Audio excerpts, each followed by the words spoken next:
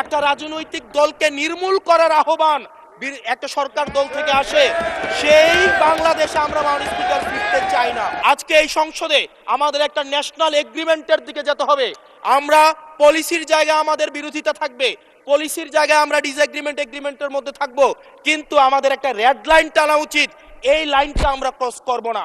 আমরা যখন শুনতে পাই যে একটা রাজনৈতিক দলকে নির্মূল করার আহ্বান একটা সরকার দল থেকে আসে, সেই বাংলাদেশে আমরা মাননীয় স্পিকার ফিরতে চাই না।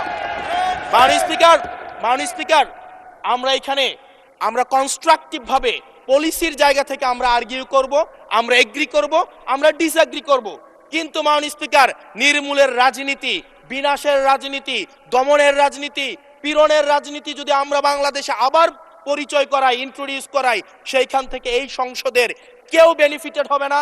বেনিফিটেড হবে আমাদের সবচেয়ে বেশি যারা আমাদের এই বাংলাদেশটাকে ঝুঁকির দিকে ঠেলে দিয়েছে, সেই অপশক্তি হচ্ছে মাননীয় স্পিকার বেনিফিটেড হবে।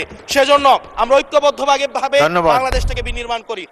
ধন্যবাদ মাননীয় সদস্য।